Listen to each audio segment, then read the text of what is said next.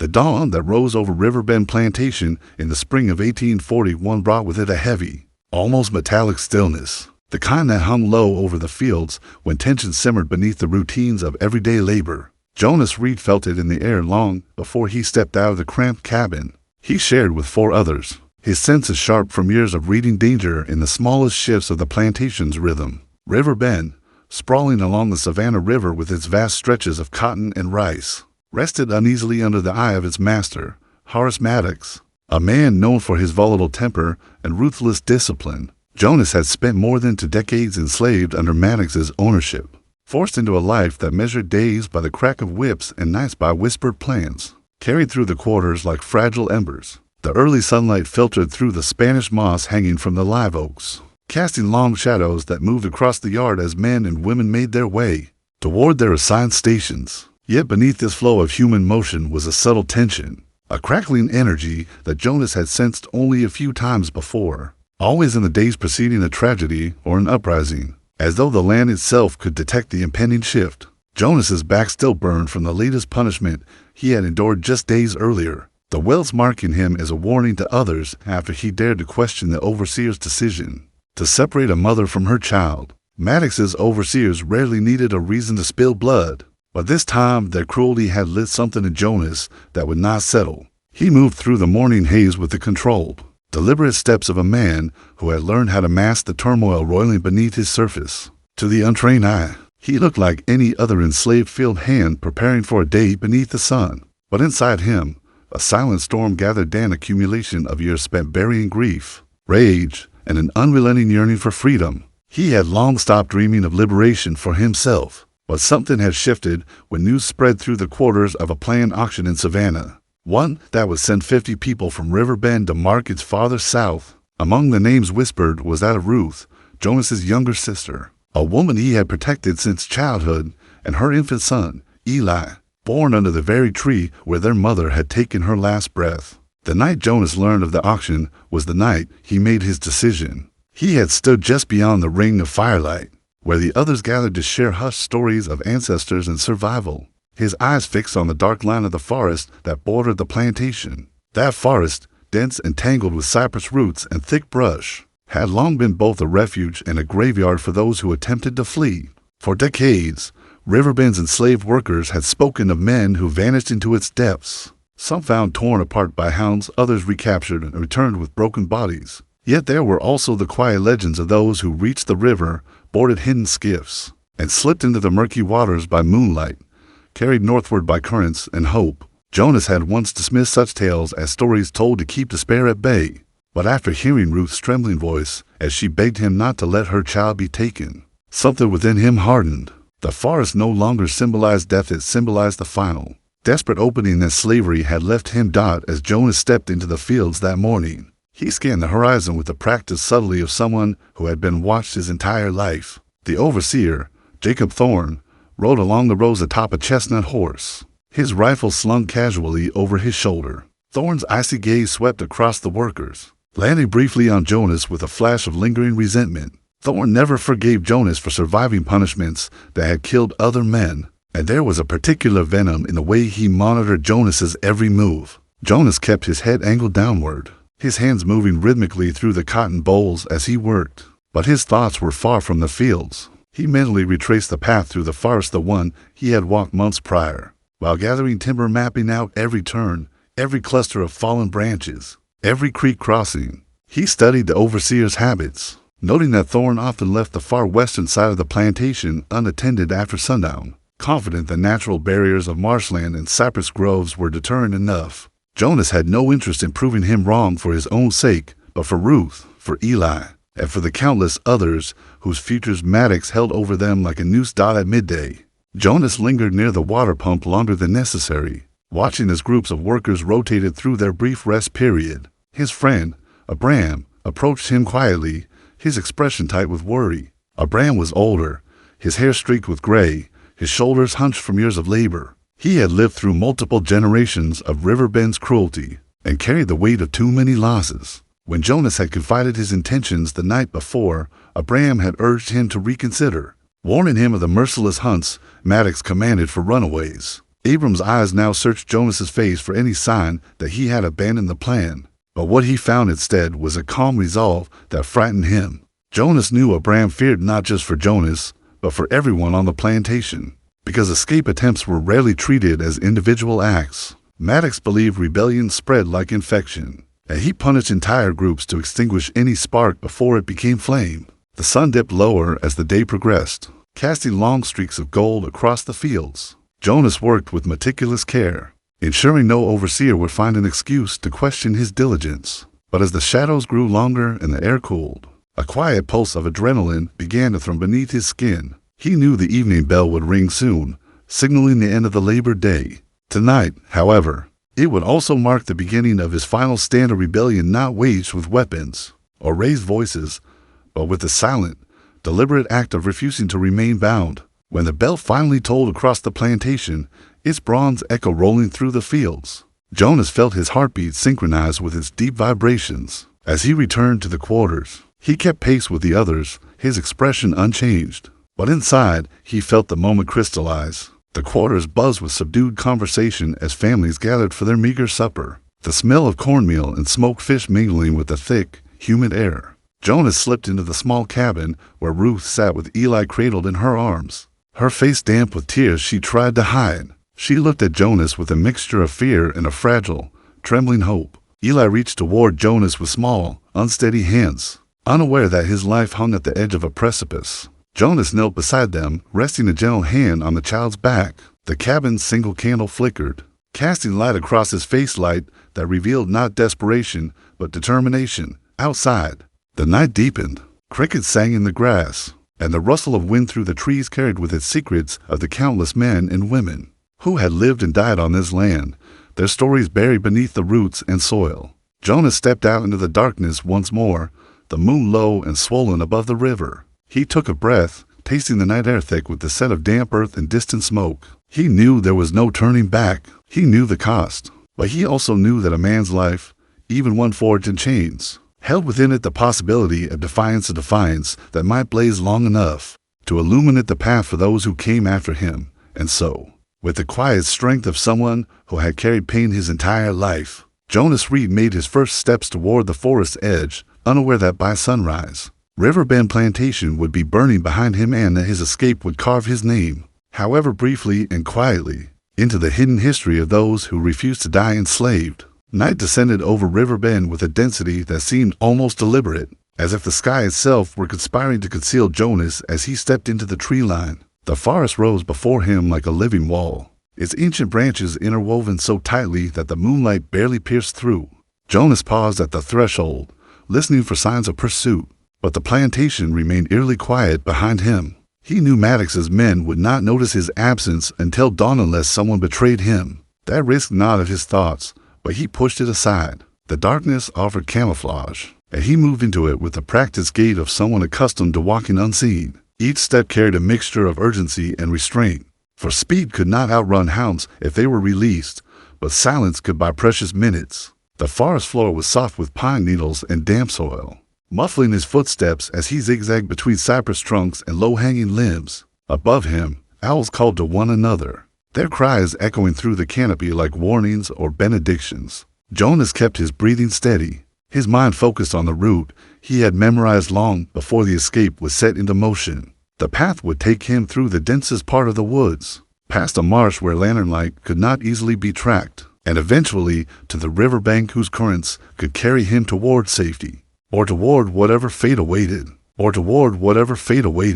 Behind him, the memories of Riverbend clung like smoke wreaths, trembling hands clutching Eli, Abram's haunted eyes, the whispers that had followed him since childhood. Jonas's earliest recollections were of his mother's voice, low and melodic, speaking stories of a world beyond the plantation. He remembered how she had described the stars as maps used by ancestors who traveled under cover of night, following constellations that pointed toward freedom. After her death, those stories had lived inside him like buried coals, glowing faintly through years of suffering. Now, as he navigated the twisting maze of trees, he looked for the North Star through the breaks in the canopy. When he finally glimpsed it, a single, unwavering pin of light, he felt an unexpected surge of steadiness. It reminded him that he was not the first to make such a journey, nor would he be the last. The forest, hostile as it could be, was also a sanctuary shaped by generations who had risked everything to escape bonds that were never of their making. Jonas moved deeper into the wilderness, the sounds of the plantation fading into distant memory. The forest thickened, the air growing heavy with the scent of wet moss and decaying leaves. He stepped carefully, mindful of the hidden dangers beneath the brush: snakes, sinkholes, vines that could trip a man in the dark. Somewhere nearby, water trickled through a narrow stream that fed into the marsh. Jonas knelt beside it, dipping his hands into the cold current to drink. The water revived him, easing the burning in his throat and the tightness in his chest. He splashed his face, letting the chill sharpen his senses. As he rested, he thought of Ruth again, imagining her huddled in the cabin, clutching Eli and trying not to cry. He wondered if she feared that he had already been caught or killed. He wished he could have given her reassurance, but reassurance had no place in the life they had been forced to live. All he could give her was the promise he had made, that he would find a way to stop the auction, even if the only way to do so was to disappear so completely that Maddox would be forced to halt everything to hunt him down.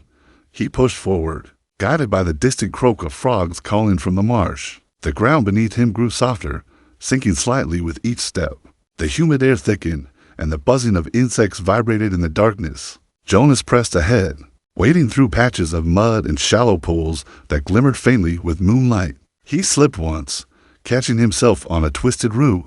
His palms stung, but he did not slow. The marsh was dangerous, but it offered something no overseer could counter: a muddled scent. If hounds were unleashed at first light, they would struggle here. That knowledge strengthened his resolve. He navigated toward a cluster of cypress trees whose roots rose like twisted spires from the water. He remembered them from months earlier, a natural landmark in the swampy maze. Beyond them lay firmer ground and an opening that led toward the river. Hours passed, though Jonas did not count them.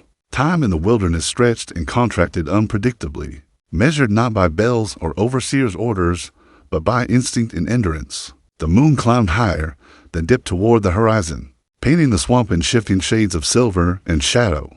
Jonas's clothes clung to him, soaked through from the marsh, but his pace remained steady. He moved with the single-minded determination of someone who understood that hesitation was as deadly as capture. The night air buzzed with heat and tension, and every breath carried the metallic taste of fear mixed with hope. It was nearing midnight when Jonas reached a ridge that overlooked a quiet stretch of the Savannah River. The water glimmered faintly, reflecting the pale outline of the moon as it drifted through a thin veil of clouds. He climbed the ridge slowly, scanning the shoreline for signs of danger. The riverbank was empty, no lanterns, no boats, no patrols. Jonas felt an unexpected rush of relief, though he did not allow it to settle too deeply. The river offered opportunity, but also peril. The current was unpredictable in some places, the water cold enough to sap strength, and the journey ahead required more than swimming. It required navigation, stealth, and luck. But Jonas had not arrived unprepared. Hidden beneath an overturned log a few yards from the shore was a small flat-bottomed skiff one he had deliberately concealed weeks before under the pretense of collecting firewood. It had taken him 3 nights to drag it through the trees without attracting attention, but he had known even then that he would need it someday. Tonight was that day. He approached the log cautiously, heaving it aside with a grunt of effort. The skiff lay beneath, coated in dirt and leaves but intact. Jonas inspected it quickly, running his hands along the wood to check for cracks. It felt sturdy enough to carry him downriver to the place where he hoped to meet a group rumored to ferry escapees toward the coast. Whether these men actually existed remained uncertain. The story came from an elderly woman on a neighboring plantation who had claimed her nephew found freedom that way years ago. Jonas had clung to the tale not because he believed it fully, but because it was the only path that offered even a sliver of possibility. He dragged the skiff toward the water, the wood scraping softly against the ground. The sound felt louder than it was, magnified by the silent expanse of the river. Jonas paused every few seconds, listening for anything out of place. The forest behind him whispered with movement, branches shifting, animals rustling, wind drifting through leaves. He strained to determine whether any of it sounded human, but the night revealed nothing suspicious. When he finally reached the water's edge, he eased the skiff into the gentle current. It rocked slightly, but did not drift far. Jonas placed one foot inside, then the other, lowering himself carefully until he was seated near the center. He grabbed the small wooden paddle he had carved weeks earlier and dipped it into the water with slow, deliberate strokes. The river accepted him more quietly than he expected. The current pulled him forward with a subtle force, and soon the shoreline began to recede behind him. Jonas paddled in rhythm, his muscles protesting with every movement. But he did not allow himself to rest. The further he traveled, the safer he would be, at least until dawn. He kept close to the eastern bank, where the shadows were deepest and the overhanging branches helped conceal him from anyone who might patrol the opposite shore. The river widened, the water dark and endless. Jonas felt both exposed and liberated, carried by a force he could not control, but was willing to trust for now. As he drifted further from Riverbend, he thought of the flames that existed only in his imagination, flames that symbolized everything he wished to destroy and everything he hoped to ignite. He did not know that in only a few hours, real fire would consume the plantation behind him, sparked by an act of desperation and grief he could not yet foresee.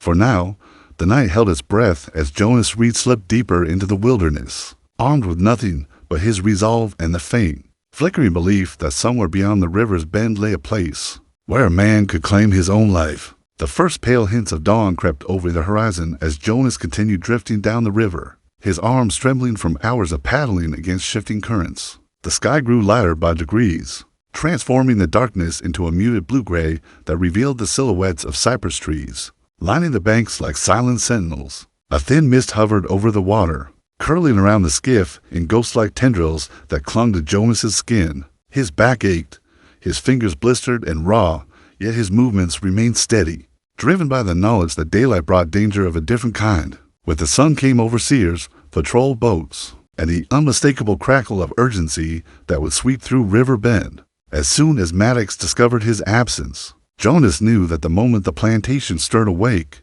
the overseers would count bodies, notice the gap where he should have been, and launch the hunt that had ended the lives of countless others. But he also knew that the distance he'd traveled through the night, guided by muscle and instinct, had bought him time measured not in minutes but in miles. The river curved in unpredictable angles, weaving through dense clusters of marsh grass and narrow channels, before widening again into open stretches where the water glinted with the first shimmer of sunlight.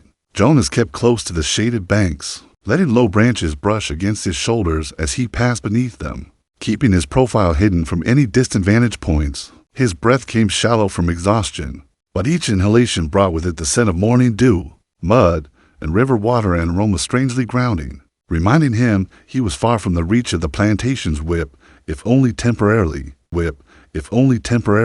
As he drifted deeper into unfamiliar territory, the landscape shifted. The live oaks thinned, giving way to tall reeds that swayed gently in the breeze, their rustling like whispers carried through the air. The river banks widened into small sandbars where herons stood motionless, waiting for fish to break the surface. Jonas took in these details with a heightened sense of awareness, remembering his mother's words when he was a child, how she taught him to study the land, listen to its silence, and respect its rhythm. She believed that nature held lessons for those who paid attention, lessons that had sustained people long before the era of plantations. Jonas clung to that memory now, drawing strength from her presence despite the years since her passing. He imagined her voice guiding him, urging him to remain sharp, to trust both his instincts and the environment that offered him refuge. Every shift in the wind, every ripple in the water took on new meaning as he interpreted signs of safety or danger. He paddled until the sun lifted fully above the treetops, its golden light spreading across the water like a thin sheet of fire. The warmth felt jarring after the cold dampness of the night. Jonas slowed his strokes, scanning the surroundings for a place to rest. He spotted a cluster of fallen logs near a bend in the river, logs that formed a natural barrier, creating a small pocket of still water tucked away from the main current. With cautious precision, Jonas maneuvered the skiff behind them, pulling the boat as far into the cover as he could. Hidden beneath the overhanging branches of a willow tree, he allowed himself a rare moment of pause. His arms felt like lead, and every muscle in his body throbbed with fatigue. He lowered the paddle, resting it across his knees, and leaned his head back against the wooden rim of the skiff. The rhythmic sound of water lapping gently against the hull lulled him almost to sleep. But he forced himself to remain alert. He could not afford to slip into unconsciousness now, with the threat of discovery looming the moment the overseers realized he was gone. Still, his mind drifted into memories softened by exhaustion. He thought of Ruth again, her wide, fearful eyes the night before he left, the way her hands trembled as she clutched Eli, She had begged him to take the infant with him, but Jonas knew it would have doomed them both. The marsh alone would have consumed them with the weight of a child, and no skiff could conceal the cries of a baby. He remembered holding Eli briefly before he left, pressing his forehead to the soft curls of the child's head, vowing silently that this dangerous, desperate escape was not for himself, but for them. If he could survive this, if he could disrupt Maddox's plans long enough to derail the auction, perhaps Ruth and her son would remain at Riverbend long enough for another opportunity to arise. Or perhaps his disappearance would cause enough chaos to buy their safety in ways he could not yet foresee. He inhaled deeply, grounding himself in the present as he listened to the forest around him.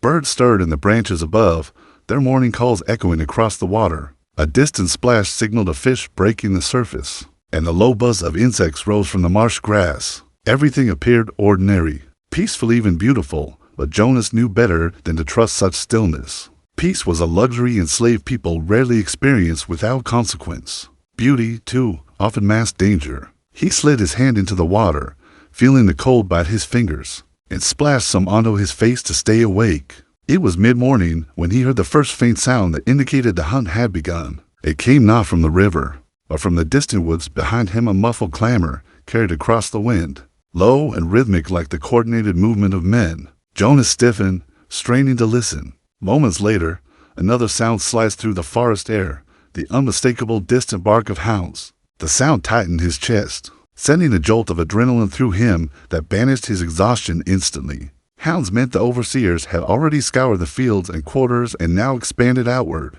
It meant they had found no trace of him in the direction of the marsh, which gave Jonas a brief, fragile hope that his path had confused them, but it also meant they would eventually search along the river. He had to move. He gripped the paddle, pushing away from the log barrier just as the barking grew louder. Though still distant enough that the hounds had not yet scented the river bank, Jonas dipped the paddle into the water with controlled urgency, propelling the skiff back onto the current. The sun climbed higher, casting stronger light across the water. Jonas kept low, trusting the shadows cast by overhanging branches, but every splash of the paddle felt painfully loud. He continued navigating the bends, using the river's natural twists to keep the plantation search party guessing. As he traveled, he noticed signs of human habitation along the bank, small fishing huts, with smoke rising from narrow chimneys, patches of cultivated land hidden among the trees, abandoned rafts tethered to dying roots. Some structures had clearly been left unused for years, swallowed by vines and moss. Others looked fairly recent, belonging perhaps to poor white fishermen or free black families who lived in the outskirts. Between wilderness and civilization, Jonas considered approaching one of these places in search of water or food, but the risk was too great. Not everyone living outside the plantation economy was sympathetic to the enslaved, and one wrong interaction could lead to his capture. He pressed forward, his stomach tightening with hunger he had long learned to ignore. By midday, the river widened significantly, its far shore barely visible through the bright shimmer of sun on water. Jonas remembered a brand telling him once that wide stretches of the river were patrolled by slave catchers who navigated skiffs and flatboats, monitoring for escape attempts. Jonas scanned the water for any sign of movement, his tension rising with every drift of wind that stirred the surface. For a long while, he saw nothing but ripples and drifting leaves. Then, near a distant bend, he glimpsed a faint line of motion gliding across the water. To deliver it to be driftwood, Jonas froze, narrowing his eyes until the shape clarified. A flatboat, 2 men aboard, traveling slowly, but unmistakably upstream. His heartbeat thudded painfully. He ducked beneath the skiff's wooden rim, letting the overhanging branches conceal him as he steered toward the bank with frantic precision. He guided the skiff into the shadow of a massive cypress, its thick trunk splitting into roots that formed shallow pools around its base. The skiff wedged between the roots, partially submerged, camouflaged by the tree's massive canopy. Jonas crouched low, barely breathing, as the flatboat approached. Voices drifted across the water, men talking lazily, unaware of how their words carried.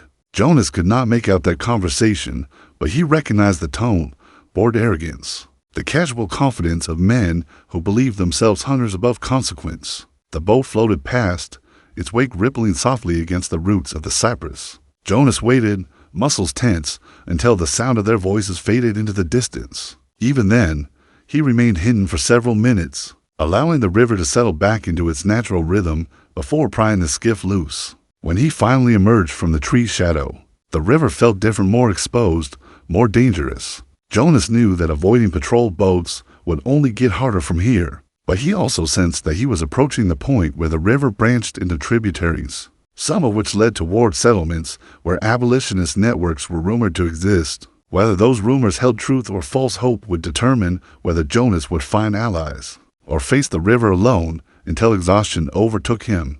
He paddled onward, aware that the distance between him and Riverbend grew wider with every passing hour. But he also knew that distance did not erase danger. Behind him, Maddox's fury had only begun to swell. The plantation master's pride had been wounded. A wounded pride often led to violence too indiscriminate for even the overseers to contain. Jonas pushed his exhaustion aside and continued paddling, trusting that the river's winding path would carry him toward whatever fate awaited. He did not yet know that the true repercussions of his escape were beginning to ignite behind him quite literally, and that by sundown, flames would rise from Riverbend in ways no one could have predicted. Back at Riverbend, the morning unfolded with a tense, simmering unease that spread across the quarters. Long before the overseers realized what had happened, the early hours were usually punctuated by the dull rhythm of work calls and the clatter of tools. But on this particular day, an unnatural silence hovered over the plantation. Word traveled quietly, passing from one pair of anxious eyes to another. Jonas's pallet was empty. His chains lay untouched. His name had not been whispered among the early work assignments. Even before Maddox emerged from his house, the enslaved community understood that Jonas was gone. A fear twisted in their stomachs alongside a dangerous, flickering spark of hope. The atmosphere grew taut as the overseer stormed into the quarters, searching for any sign of him, overturning bedding, shouting threats and demanding answers. No one spoke. No one revealed the faint traces of preparation Jonas had left behind. Instead, they bore the blows and accusations with a grim, practiced stillness as Maddox's fury reached a boiling point. The master's outrage infected every corner of the plantation, and the air vibrated with the knowledge that collective puny. By late morning, Maddox had summoned the full search party, mounted overseers, patrolmen from neighboring properties, and a pack of hounds fitted with leather collars and long leashes. The men fanned out across the marsh, the sound of whips cracking against saddlebags punctuating their disorganized attempts to track a trail already cold. When the hounds failed to catch a scent, Maddox rode into the fields himself, spurring his horse through rows of cotton with reckless frustration. The river had always offered a refuge to those desperate enough to risk escape, but it also complicated any pursuit, and Maddox knew it. He sent riders to the water's edge, ordering patrol boats to be stationed along the wider stretches downstream. The plantation had become a hive of frantic motion, horses kicking up dust, men shouting contradictory orders, and dogs snarling at shadows. But beneath this spectacle of control, a deeper panic took root in Maddox's mind. Jonas was not known to act impulsively. His escape, if successful, might signal something far more dangerous than one man's defiance. It might inspire others to die inside the quarters. The enslaved held their breaths as the overseers vanished into the woodline. Women carried on with chores, pretending not to notice the tension that clung to the place like humidity. Children were hushed indoors. Even the elderly, who usually gathered on the porches to share morning stories, remained inside their dwellings. Yet beneath the fear, there was a quiet, determined current moving through the cabin rows. Ruth felt it more intensely than most. She sat on the edge of her bed, clutching Eli close, her eyes tracing every movement outside through the gaps in the wooden slats. Her heart swelled with equal parts terror and pride. She knew Jonas's escape had set something in motion that couldn't be reversed. Whether he lived or died, what he had done would leave a mark on Riverbend. And she also knew that Maddox would not let humiliation pass without retaliation. But Ruth was not powerless, not today. Jonas had asked only one thing before leaving, that she stay alive long enough to protect the spark he hoped to ignite. She intended to honor that promise. As the search continued, tempers flared among the overseers. Maddox's second-in-command, Harlan Briggs, was particularly incensed. Known for his cruelty, he stomped through the fields cursing Jonas's name, striking out at anyone who crossed his path. His frustration grew as the hours passed with no leads, and by early afternoon, he had turned his attention back toward the quarters. The enslaved braced themselves as Briggs marched in, his rage barely contained. He interrogated several people, demanding details of Jonas's plans, implying that anyone who had aided him would pay dearly. But despite his attempts to intimidate, Every answer he received was the same, blank, silent. Stoic refusal. Briggs's fury mounted until he struck an elderly man who had offered nothing more than a calm stare. A collective gasp rippled through the onlookers, but they held themselves steady, refusing to break the unspoken unity that Jonas's escape had crystallized. Meanwhile,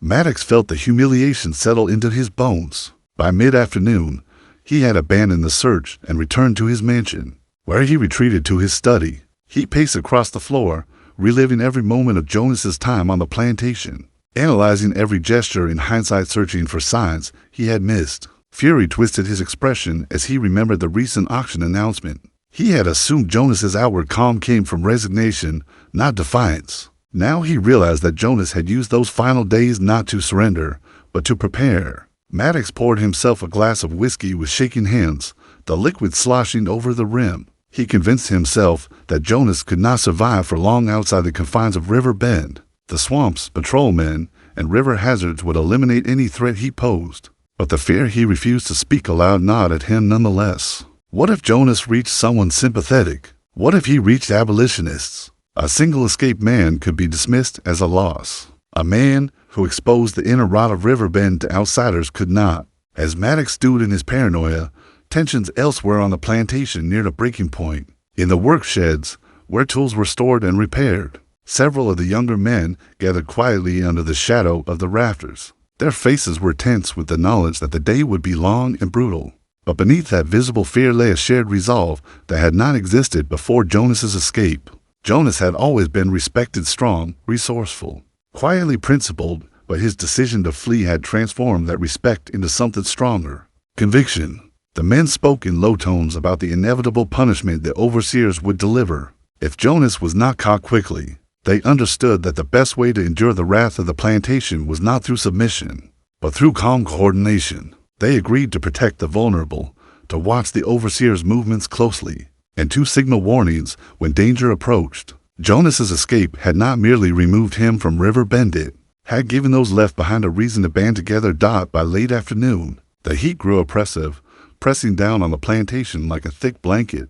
Maddox emerged from the house again, his anger simmering beneath a brilliant weight of control. He stormed into the quarters, announcing that starting that night, no one would sleep until the truth of Jonas's escape was uncovered. His declarations were met with downcast eyes, but inwardly, the enslaved felt their unity strengthen. Maddox did not realize that his harshness only deepened their resolve. He believed fear would break them. Instead, fear sharpened them. What Maddox also failed to notice was the subtle shift in the wind of warm gusts sweeping across the fields, carrying with it the faint scent of dried brush and smoldering embers. It was a scent some recognized instantly, one tied to memories of controlled burns used to clear land in the early spring months. Except this was no controlled burn. The overseers, in their fevered search, had trampled through underbrush near a dry thicket east of the quarters, where a lantern had been knocked from a saddlebag earlier in the day. Its glass had shattered on impact, spilling oil across brittle weeds. The afternoon sun,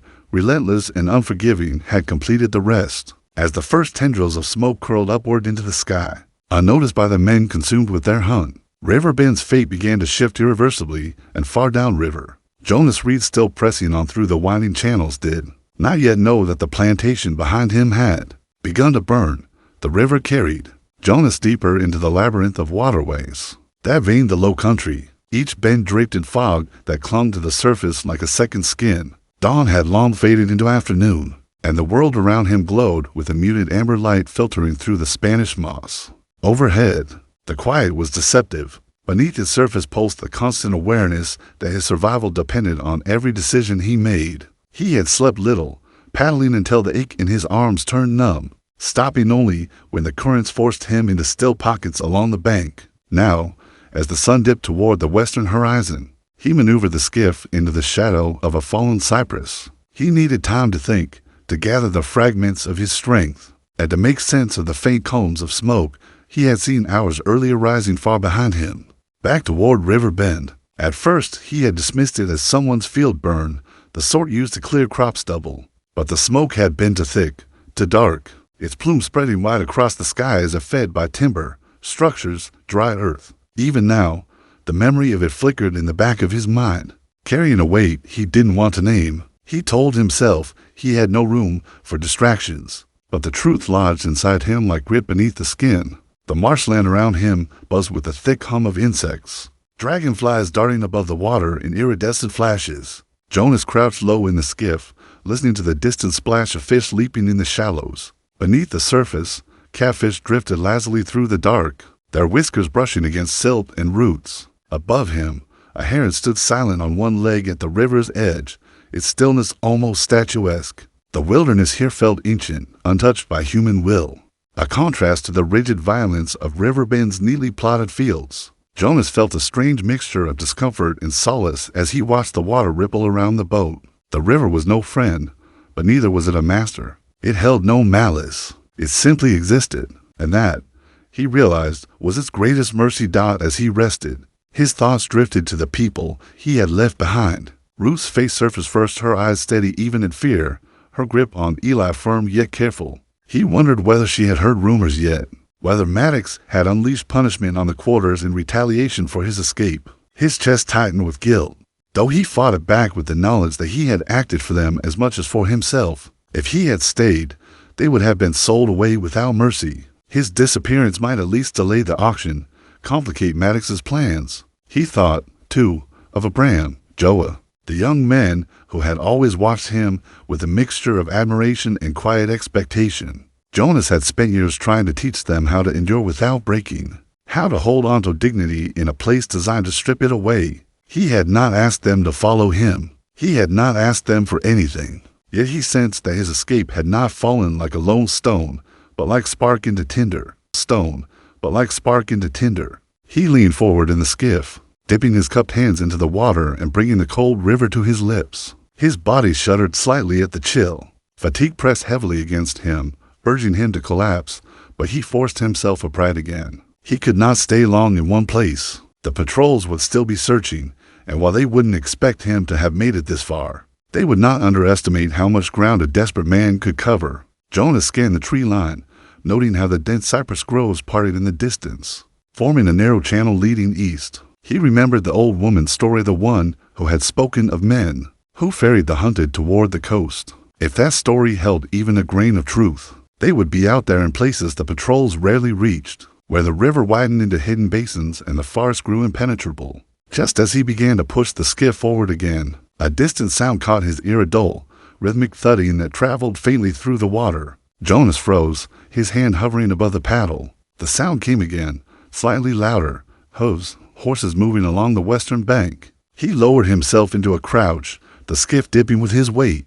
He held his breath as the thudding grew closer, the riders' muted voices drifting toward him through the tangle of foliage. Jonas pressed himself against the side of the skiff, using the fallen cypress as a shield. Through a thin gap between branches, he glimpsed the outline of two mounted patrolmen moving along the shoreline, their coats dusty, rifles slung over their shoulders. They scanned the water, but not deeply, their eyes skimming the surface in lazy sweeps. He recognized one of them, Briggs, Maddox's second. The man's face was set in a scowl of frustration, his posture rigid with exhaustion and rage. Jonas remained perfectly still, even as insects crawled along his damp sleeve and a bead of sweat slid down the side of his neck. He did not move until the hoofbeats faded again, swallowed by the distance. Only when silence returned did Jonas allow his breath to escape in a slow, steadying exhale.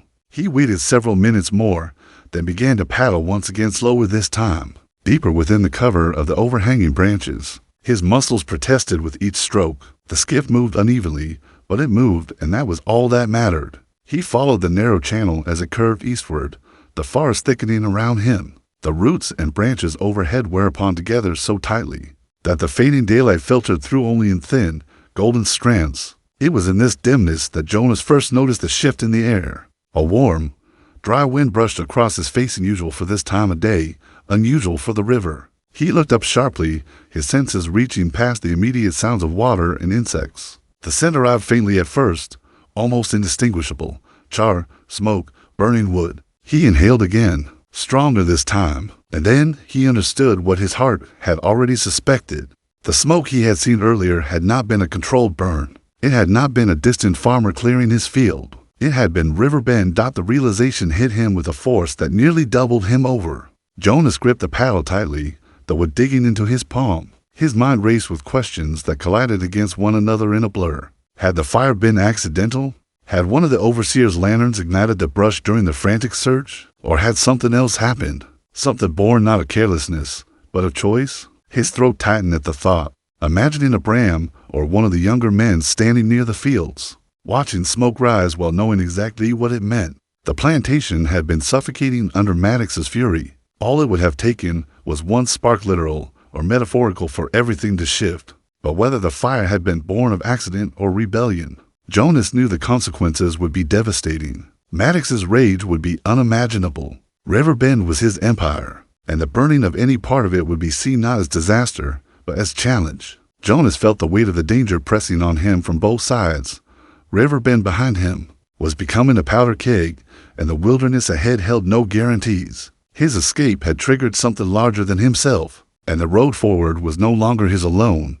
He paddled harder now, the urgency building in his limbs. The sky darkened in the evening once more, streaked with red at the horizon, a hue that reminded him too closely of flame. The river widened as he progressed, its currents more complex, pulling at the skiff in unexpected ways. Jonas adjusted his strokes, using every ounce of instinct he had honed through years of hauling water and chopping wood. His body ached, but his determination burned hotter than the strain. He remembered something his mother once whispered when he was young enough to still sit at her knee. That some fires destroyed, but some set people free. He had not understood it then. He was beginning to understand it now, somewhere far behind him. Riverbend continued to burn, whether in truth or in spirit, and Jonas Reed pushed deeper into the unknown, carrying with him the weight of a past that refused to stay buried and a future that seemed to shift and reshape itself with every mile of river he conquered. Night had fully claimed the river by the time Jonas reached the widening basin that marked the transition from inland channels to the broader waterways that fed toward the Atlantic. The darkness here was different from the night he had entered 2 days earlier, heavier, yet strangely clearer, as though the river itself had shed its earlier fog to reveal its true character. The air tasted of salt now, faint but unmistakable, carried on a breeze that rustled through the reeds and made the surface ripple in gentle waves. Jonas guided the skiff into the shelter of a cluster of cypress roots, allowing himself a moment to feel the shift in the world around him. The river had widened into a vast, moonlit plain, its surface reflecting a long path of silver that seemed almost deliberate, as if inviting him forward. But Jonas remained wary. Beauty here was a thin veneer atop danger. Patrol boats sometimes circled these waters at night, searching for runaways who believed the coast would bring deliverance. He waited in the shadow of the trees, listening intently to the quiet. The rhythmic splash of distant fish and the soft whistle of the wind were the only sounds. No hooves, no voices, no dogs. He allowed his sore shoulders to relax slightly. The smoke from Riverbend had followed him faintly through the late afternoon and early evening, a haunting reminder of a past that still smoldered behind him. But here, along this stretch of widening river, the breeze carried no scent of char. The night felt cleaner, almost indifferent. Jonas wasn't sure if that comforted him or left him adrift.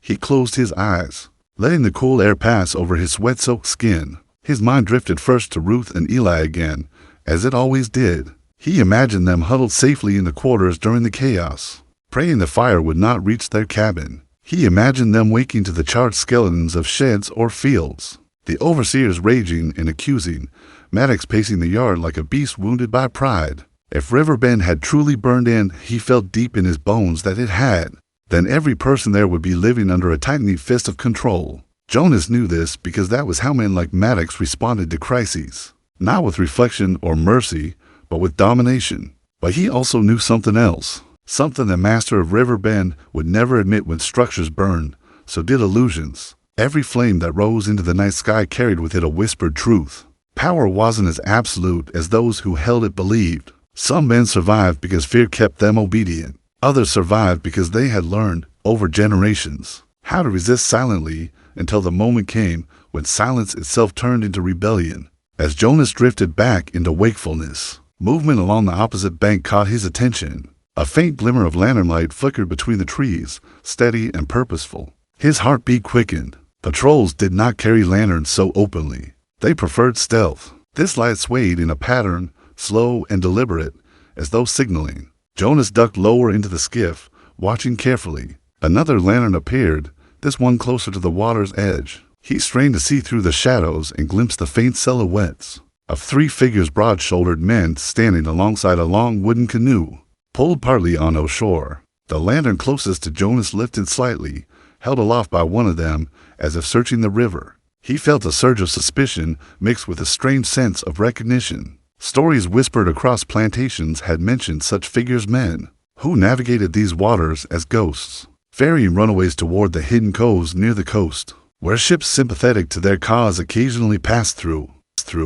Jonas debated whether to move closer, remaining still for several long breaths as he weighed the dangers. Trust had never been a luxury he could afford, not in a world built on deception and brutality. But the alternative, staying on the river, alone and exhausted, was just as deadly. He adjusted the paddle quietly and nudged the skiff toward the eastern bank, keeping to the shadows where branches hung low. As he approached, the lantern light illuminated more of the figures. They stood confident, unhurried, scanning the river not with the aggressiveness of hunters, but with calm expectancy. Jonas's breath tightened as he maneuvered the skiff closer until the soft scrape of its bottom against shallow sand announced his arrival. One of the men stepped forward, lantern raised, and Jonas saw him clearly for the first time, a tall man with weathered features, his clothing plain but clean, his stance steady in the shifting light. He appeared neither startled nor suspicious as Jonas emerged from the boat, dripping with river water and fatigue. The man studied him with a kind of solemn understanding that Jonas had not encountered outside the quarters. Behind him, the other two watched silently, their expressions unreadable. Jonas stood on unsteady legs, the weight of his journey pulling at him like chains that hadn't fully let go. Though no words were offered, something passed between them in that momentary acknowledgement of shared risk, shared purpose. The tall man gestured toward the canoe. Jonas hesitated only briefly before nodding, stepping away from the skiff and toward whatever path these strangers might lead him down as. He climbed into their vessel. He felt the river shift beneath him once again, its currents guiding the long canoe into deeper water. The lantern was extinguished, plunging them into darkness that felt deliberate, strategic. The men paddled with coordinated movements, their strokes silent, efficient. Jonas watched the shoreline recede, the trees becoming dark silhouettes against the moonlit sky. For the first time since he had fled Riverbend, he felt the faint tremor of something dangerously close to hope. Not safety, not freedom, but the chance at possibility, a chance he had been denied all his life. When the canoe rounded a wide bend, the river opened into a vast expanse where the distant call of seabirds echoed faintly through the night. Jonas inhaled deeply. The scent of salt grew stronger. He knew they were nearing the marshy outskirts of the coast, a place where the land fractured into a mosaic of tidal flats, tall grasses, and channels too complex for patrols to navigate easily. Rumors had always said the coast was both refuge and peril, a place where the enslaved could vanish into fishing communities, stow away on ships, or find isolated settlements where survival depended on secrecy and solidarity. As the men paddled, Jonas sensed they were steering toward one of these hidden enclaves, though he did not know which. Hours passed in near silence until the canoe eased into a narrow inlet sheltered by towering reeds. The men disembarked, tying the vessel to a half-submerged root. Jonas followed them onto land that felt soft beneath his torn shoes. A faint glow appeared in the distance, a small fire tucked behind a dune, its flame shielded from open view. As they approached, Jonas saw shapes sitting around it, women, children, elders. Their faces, illuminated by the fire, bore the unmistakable expressions of people who had survived hardship yet refused to be defined by it. Some looked up as Jonas arrived, curiosity flickering in their eyes. Others remained focused on their tasks, mending nets, sorting herbs, shaping wooden tools. No one questioned his presence. It was as if his arrival had been expected. Jonas stood at the edge of the gathering, overwhelmed by a sense of unfamiliar stillness. He had lived every moment of his life under the constant weight of control, punishment, and surveillance. Here, the stillness did not threaten. It invited. One of the elders, a woman with long gray braids and a posture both dignified and weary, approached him. Her gaze held a depth that seemed to reach beyond the immediate, as though she could see the smoke of Riverbend still clinging to him. She extended a hand, and Jonas took it cautiously. In her eyes he read knowledge not of him specifically, but of the long, painful lineage he represented, the lineage of those who had fled, those who had resisted, those who had endured. Motioned for him to sit by the fire. Jonas lowered himself onto the sand as the flames cast gentle warmth across his face. The air was thick with the scent of salt and burning wood. He stared into the fire, the orange glow reflecting in his weary eyes. For the first time since stepping into the forest at the edge of Riverbend, he allowed himself to breathe full and not shallow with fear, not held tight with urgency, but steady. He knew the journey ahead was still uncertain. He knew Maddox would not abandon the search quickly, and he knew that freedom, even if he found it, would be a fragile thing, always threatened by the laws and forces that govern the South. But as he sat among people who had carved a life from the margins, a life defined by quiet resilience, something settled inside him, a realization that surviving was not the same as running. Survival meant building, resisting, remembering, and somewhere behind him, Riverbend still burned not in flames that consumed timber and crops, but in the minds of those who had seen what could happen when one man dared to take his life back. The fire Jonas had ignited, both literal and symbolic, would not be easily extinguished. Perhaps it never would die as dawn crept along the horizon, painting the sky with pale blue and gold. Jonas Reed watched the first light touch the marshlands. He did not know where the coming days would lead, but he knew one truth with unshakable certainty. He would never again belong to Riverbend. The plantation that had tried to crush him had instead awakened a force beyond its control. Jonas rose slowly, feeling the strength returning to his limbs, and stepped forward into the new day, not as property, not as fugitive, but as a man who had walked through fire and river both, and had emerged still standing.